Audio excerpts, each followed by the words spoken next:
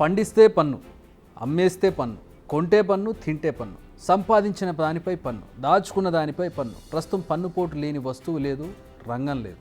ప్రతి దానిపై ఇప్పుడు ట్యాక్స్ పడుతూనే ఉంది. ఉద్యోగులు, మధ్యతరగతి నడ్డి విరుస్తూనే ఉంది. కేంద్రం ప్రవేశపెట్టిన బడ్జెట్పై ఇప్పుడు రోజు రోజుకు ప్రజల్లో ఫ్రస్ట్రేషన్ పెరుగుతోంది. ఎందుకంటే కేంద్రం ప్రజల నుంచి ఎంత వసూలు చేస్తుంది, వాటి నుంచి తిరిగి మనకేమిస్తోంది? मात्र 10 रुपए में से 7-8 रुपए तो सरकार के खजाने में चला जाता है, तो आम इंसान को मिलता क्या है, आम आदमी को मिलता क्या है? और सरकार जो हमसे इतना टैक्स लेती है उसके बदले में सरकार हमें देती क्या है? कौन सी ऐसी अंतर्राष्ट्रीय सेवाएं, world class health care, education, transport सुविधाएं सरकार बदले में देशवासियों को देती है? मैं ये भी पूछना चाहता हूं। इसीलिए आज मुझे ये कहने में बिल्कुल भी गुरेज नहीं है that sir we in India today pay taxes like England to get services like Somalia. కేంద్రం ప్రజల నుంచి ట్యాక్స్ వసూలు చేయడంలో ఇంగ్లాండ్ ఫాలో అవుతుంది. బట్ అదే ప్రజలకు సేవలు అందించే విషయంలో సోమాలియాలో కూడా పనిచేయడం లేదు. నిజానికి ఈ స్టేట్మెంట్ 100% నిజమని ఇప్పుడు దేశ ప్రజలంతా బలంగా నమ్ముతున్నారు. అవును, కేంద్రం ప్రజల నుంచి వసూలు చేసే ట్యాక్స్కు మనకిచ్చే సేవలు, సదుపాయాలకు ఏమైనా సంబంధం ఉందా? ఒక్కసారి మన దేశ ట్యాక్స్ గురించి చర్చించే ముందు అసలు ఇంగ్లాండ్లో ట్యాక్స్ వసూలు ఎలా ఉంటుంది, వాటిని ఎలా ఉపయోగిస్తారు, ట్యాక్స్ కట్టే వారికి అక్కడ అందే స్పెషల్ ట్రీట్మెంట్స్ ఏంటి ఒకసారి చూద్దాం. యూకేలో ట్యాక్స్ విషయంలో మొత్తం 4 బ్యాండ్స్ ఉంటాయి, అంటే 4 కేటగిరీలు. మీ ఆదాయం 12,570 పౌండ్స్ వరకు ఎలాంటి ట్యాక్స్ ఉండదు. 12,571 నుంచి 50,270 పౌండ్స్ వరకు 20%, 50,271 నుంచి 1,25,140 పౌండ్స్ వరకు 40%. ఇక ఆదాయం 1,25,140 పౌండ్స్ పైన ఉంటే 45% ట్యాక్స్ విధిస్తారు. నెంబర్స్ భారీగానే ఉన్నాయి కదా, మరి వ్యాట్ ఉండదా అంటే ఉంటుంది. వాట్ విషయానికి వస్తే స్టాండర్డ్ రేట్ 20% మాత్రం ఉంటుంది. 20 దాదాపుగా అన్ని గూడ్స్పై ఇదే రేంజ్లో వ్యాట్ ఉంటుంది. కానీ కొన్ని గూడ్స్ అండ్ సర్వీసెస్ అంటే children's car seats, home energy లాంటి వాటికి మాత్రం 5% వ్యాట్ మాత్రమే ఉంటుంది. కానీ ఫుడ్, చిన్నపిల్లల దుస్తులపై ఎలాంటి వ్యాట్ ఉండదు. యూకేలో ట్యాక్స్ పే చేసే వారికి కాస్త స్పెషల్ ట్రీట్మెంట్ ఉంటుందనే చెప్పాలి. ట్యాక్స్ కట్టే ప్రతి వారికి నేషనల్ ఇన్సూరెన్స్ ఉంటుంది. వీరికి ట్రీట్మెంట్ దాదాపుగా ఫ్రీగా ఉంటుందని చెప్పాలి. అంటే వారికి అందే సదుపాయాల గురించి అయితే చెప్పనవసరం లేదు. సరైన రోడ్ల నుంచి మొదలు పెడితే ప్రతి వ్యవస్థ జవాబుదారీగా ఉంటుంది. ఏదైనా సమస్య వస్తే వెంటనే రెస్పాన్స్ ఉంటుంది. ప్రజలు అధికారులను నిలదీసేలా ఉంటుంది. ఇది యూకే ట్యాక్సేషన్. ఇక మన ఇండియా విషయానికి వద్దాం. ఇండియాలో పన్ను వసూలు ఎలా ఉంది? నిజానికి ఉద్యోగాలు చేసే వారికి పన్ను పోటు మామూలుగా ఉండదు. మామూలుగా జీతంతో సంబంధం లేకుండా ప్రతి ఒక్కరు ప్రొఫెషనల్ ట్యాక్స్ పేరుతో 200 చెల్లించాల్సిందే. సో పన్ను కట్టే మనం శాలరీ తీసుకుంటున్నాం, కానీ ఆ శాలరీపై కూడా మళ్ళీ పన్ను విధిస్తున్నారు. ఆ తర్వాత 3 లక్షల వరకు ఎలాంటి ట్యాక్స్ లేదు. 3 నుంచి 7 లక్షల వరకు 5%, 7 లక్షల నుంచి 10 లక్షల వరకు 10%, 10 లక్షల నుంచి 12 లక్షల వరకు 15%, 12 లక్షల నుంచి 15 లక్షల వరకు 20%, 15 లక్షలు లేదా అంతకంటే ఎక్కువ ఆదాయం ఉంటే 30% పన్ను విధిస్తున్నారు. ఇది కొత్త పన్ను విధానం. ఇక పాత పన్ను విధానం మరొకటి ఉంది. పోనీ ఇక్కడితో అయినా ఆగిందా అంటే అస్సలు ఆగలేదు.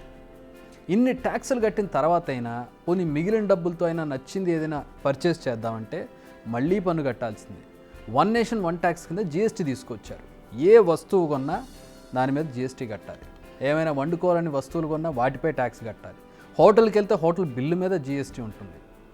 మళ్ళీ వీటన్నిటిపై అంటే టోటల్ బిల్లుపై మళ్ళీ ట్యాక్స్ కట్టాల్సింది. ఇలా తుమ్మినా ట్యాక్సే, దగ్గినా ట్యాక్సే. అంటే హాస్పిటల్కి వెళ్ళినా మీకు పన్నుపోటు తప్పదని సింబాలిక్గా చెబుతున్నా.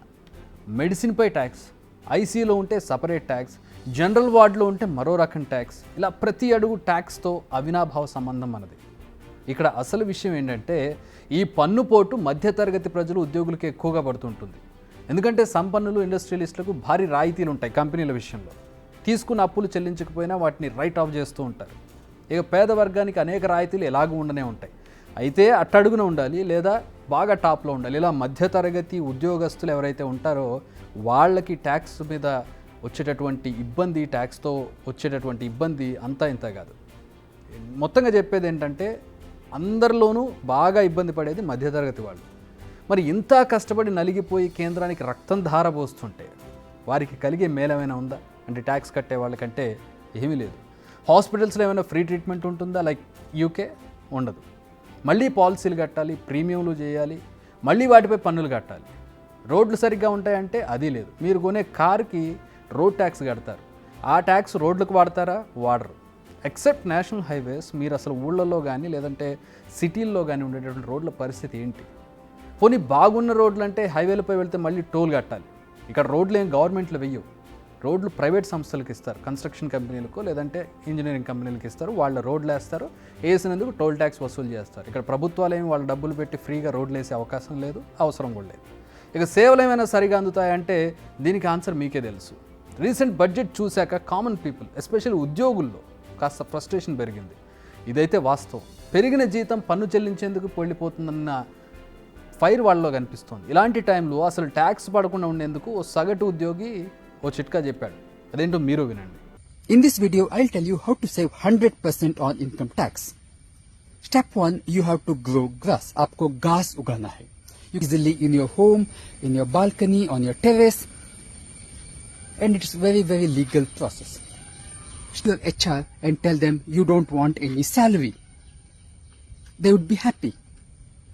Step 3, tell your HR that your company should buy grass from you to the tune of your salary. If your salary is 50,000 rupees, maybe they can buy 50 strands of grass for 1,000 rupees each. Completely legal process. Now what happens? Your income from salary becomes zero.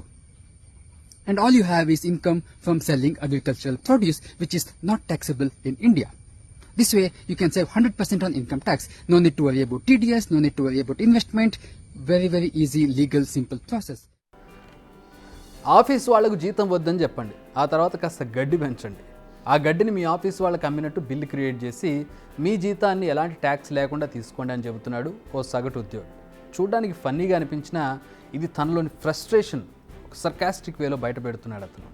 ఇప్పటికైనా కేంద్రం ఇలా మధ్యతరగతి ప్రజలు ఉద్యోగులపై తన పన్ను కత్తిని దూయడం, వాళ్ళ మీద నిర్దాక్షిణ్యంగా వ్యవహరించడం అనేది పక్కన పెట్టి ఎలా పన్ను వసూలు చేస్తారో ఆ విధమైన సర్వీసులన్నా కల్పించాలి, లేదా పన్ను వేయడం అనేది తగ్గించాలి. ఓ పక్కన ఆదాయ పన్ను, ఓ పక్కన లాభాల మీద పన్ను, మరో పక్కన జిఎస్టీ, ఈ రకంగా పన్నులతో దోచుకుంటుంటే ఇక వీళ్ళు సేవింగ్స్ చేసుకునేది ఎప్పుడు, వీళ్ళ లివింగ్ స్టాండర్డ్స్ పెరిగేది ఎప్పుడు?